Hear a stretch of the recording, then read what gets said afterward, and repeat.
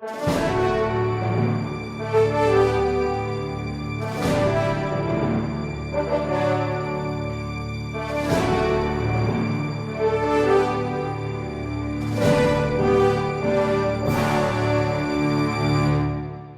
então a responder às nossas perguntas, as dúvidas dos nossos internautas. E dessa vez, a pergunta que nós escolhemos é da Irani. A Irani é catequista e a pergunta que ela faz é o seguinte: eu quero saber, eu tenho a situação de um pai. Esse pai e essa mãe não querem batizar o seu filho pequeno. E o argumento que usam é que Jesus foi batizado quando era adulto. Ela quer saber, existe resposta na Bíblia para isso? Eu não consegui encontrar. Você pode me ajudar, Padre Paulo? Então, essa é a pergunta da Irani. Bom, Irani, a primeira coisa que eu gostaria de ensinar para vocês. Muito cuidado quando você aceita uma pergunta. Porque quando você aceita uma pergunta, o seu adversário já está arrastando você para o campo dele. Está entendendo? Ou seja, esta pergunta ela é uma pergunta protestante. Quando a pessoa pergunta onde está na Bíblia que eu devo batizar o meu filho quando ele é pequeno, de repente, se você aceita essa pergunta, você sem querer já foi para o terreno do adversário. Agora você está lá, no campo de batalha, sozinho, cercado de guerreiros inimigos e você vai apanhar. Por quê? Porque a pergunta já está errada. A pergunta diz, onde é que está na Bíblia? Porque o pressuposto da pergunta é o seguinte, tudo tem que estar na Bíblia. Mas quem foi que disse que tudo tem que estar na Bíblia? Nós católicos não cremos nisso. Nós católicos cremos, veja só, que a Bíblia é muito importante. A Bíblia é a palavra de Deus, ela precisa ser estudada e eu tenho um apreço enorme pela palavra de Deus e pela Bíblia. Quem acha que eu não amo a Sagrada Escritura é porque simplesmente não me conhece, né? Ou seja, o fulano chega e diz, o Padre Paulo acha que a Bíblia não tem valor, que os padres não devem estudar a Bíblia. Mas pera lá, meu irmão, para com esse negócio. Me diga como é que eu acho que padre não deve estudar a Bíblia e, ao mesmo tempo, eu sou professor no Instituto de Teologia aqui de Cuiabá, eu sou professor de grego e de hebraico bíblicos. Como é possível isso? Só se eu fosse esquizofrênico, maluco. Né? Eu não posso ser professor de grego e hebraico, de Bíblia, de línguas antigas e dizer que o padre não precisa estudar a Bíblia. Agora, uma coisa é dizer que a Bíblia é valiosa, como a exortação apostólica do Papa Bento XVI, a Verbum Domini, que é um dom precioso para a Igreja de Deus. Muito bem, uma coisa é dizer que a Bíblia é importantíssima. Outra coisa é nós acharmos que a Bíblia é uma caixinha de resposta que tem que ter resposta para tudo, porque não é assim. Então, em primeiro lugar, a Igreja já batizava as crianças antes que o cânon do Novo Testamento estivesse estabelecido. Deixa eu explicar essa frase. Você sabe que existem 27 livros no Novo Testamento. Esses 27 livros são idênticos com os dos protestantes. Começa com Mateus, termina com Apocalipse. Estamos de acordo. Não tem briga nenhuma sobre os 27 livros do Novo Testamento. Esses 27 livros do Novo Testamento, que estão lá, eles não foram escritos juntos, encadernados, editados, publicados e vendidos ao mesmo tempo. Não. A Igreja durante 2 séculos, a Igreja viveu num momento de decisão para, inspirada por Deus, sim, porque Deus inspirou os 27 livros do Novo Testamento. Deus inspirava enquanto aqueles apóstolos falavam, mas de nada adiantaria Deus inspirar os apóstolos que falam através dos livros, se Deus não inspirasse a igreja que ouve aqueles livros. Deus inspira quem fala, Deus inspira quem ouve. Então Deus inspirou também os nossos bispos, inspirou também os papas, para discernir quais daqueles livros eram falsos Os livros falsos são chamados de apócrifos, a gente deixa lá na biblioteca, é documento histórico, mas não é palavra de Deus. Enquanto os livros inspirados por Deus são palavra de Deus e são os 27 livros do Novo Testamento. Como que nós temos esses 27 livros? Nós temos porque nós cremos na igreja. É difícil você crer na Bíblia se você não crê antes na igreja. Veja o nosso credo. A gente diz, crê em Deus Pai Todo-Poderoso, o credo que você, catequista, ensina. Não existe em lugar nenhum, creio na Bíblia. Já viu isso? Por quê? Porque está escrito lá, creio na igreja. Você crê na igreja. Como diz o teólogo Karl Rahner, né? Acho que os grandes teólogos liberais e moderninhos hoje, todo mundo aceita e aplaude Rahner. Muito bem, então vamos citar alguém que é respeitado por eles. Rahner diz o seguinte, Deus é autor da Bíblia, porque Deus é autor da igreja. Nisso ele tem razão. Ou seja, Deus fez uma igreja. Agora, esta igreja foi o instrumento que Deus usou para escrever a Bíblia. Muito bem. Então a pergunta não é onde está na Bíblia que eu posso batizar crianças. Mas a pergunta é, a igreja que Jesus deixou neste mundo batiza crianças desde sempre?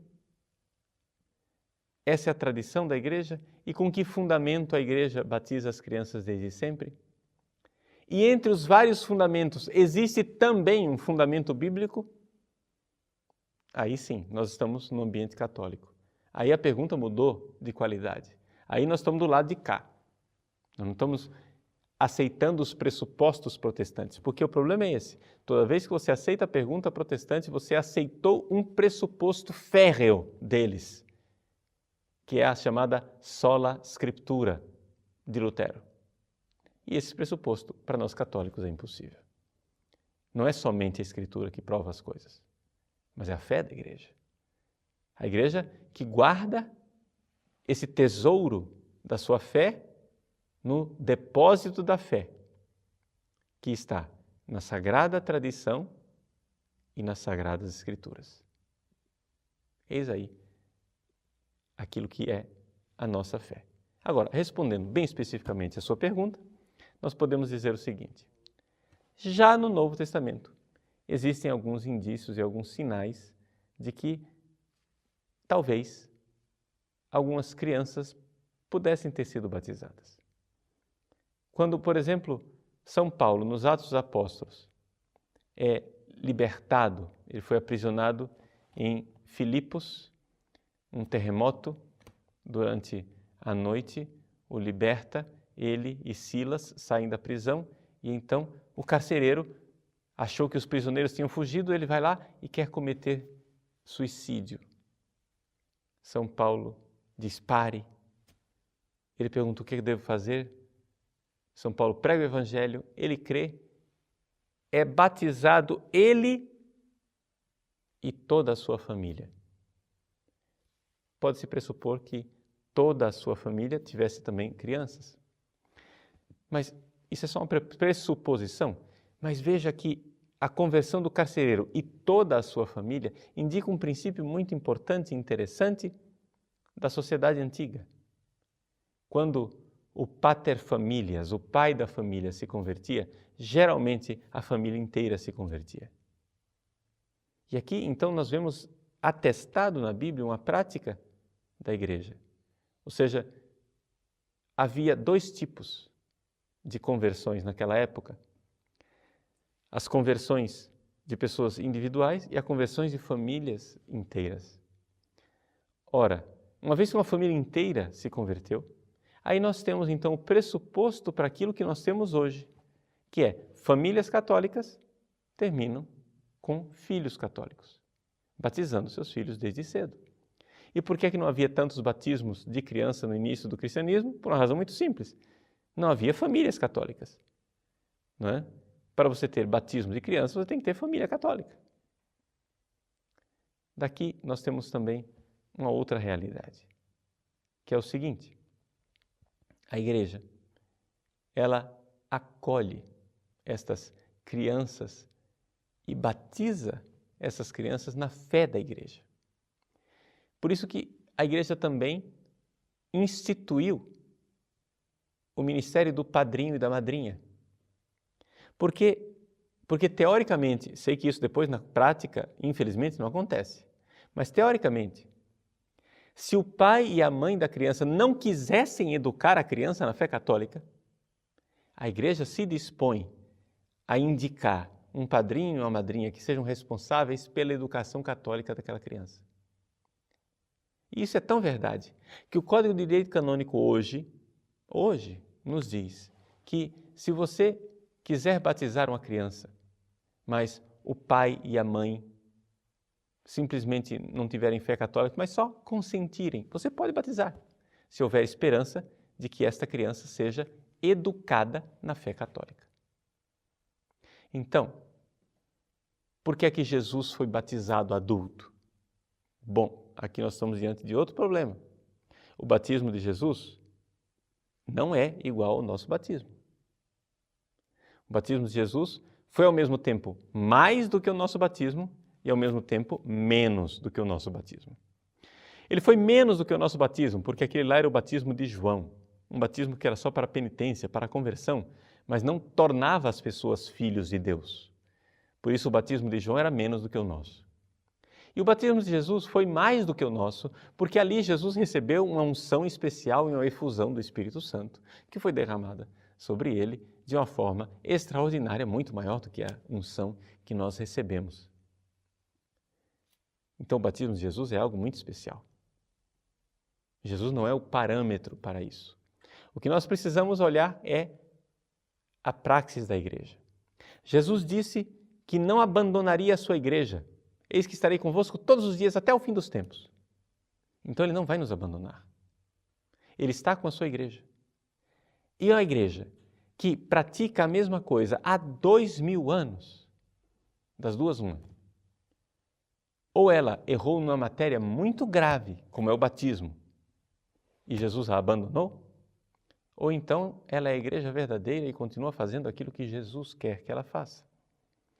Como Jesus é fiel a si mesmo e ele não pode se trair, eu acho que ele não abandonou a igreja. Não somente acho, tenho certeza. Por isso, vamos seguir aquele versículo do Evangelho, onde o próprio Jesus diz: deixai vir a mim as criancinhas. Que o batismo das nossas crianças seja isto. Nós temos convicção e fé católica que quando batizamos uma criança, nós estamos arrancando essa criança das mãos da escravidão, do pecado e de Satanás, entregando nas mãos de Deus e fazendo dela um filho de Deus, uma filha de Deus. Alguém que antes era só criatura escravizada pelo pecado original, agora se torna filho de Deus. Veja, se você tem consciência da condição terrível que é não ser batizado, você então tem pressa de batizar. Os protestantes, na verdade, eles não têm pressa de batizar, por quê? Porque para eles o batismo é uma coisa simbólica, uma tomada de consciência, o batismo não faz nada. Mas nós católicos não cremos nisso. Nós católicos cremos que o batismo é realmente uma intervenção de Deus que arranca aquela criatura da escravidão de Satanás e do pecado, transforma em filho de Deus, que antes ela não era, abre a porta dos céus, dá a graça para viver uma vida melhor. Se você crê nisso, você vai ter pressa de batizar seus filhos. Se você acha que o batismo é só uma cerimônia, uma ocasião para uma festinha, então é verdade. Pode esperar quanto quiser. Mas isso, certamente, não é a fé católica.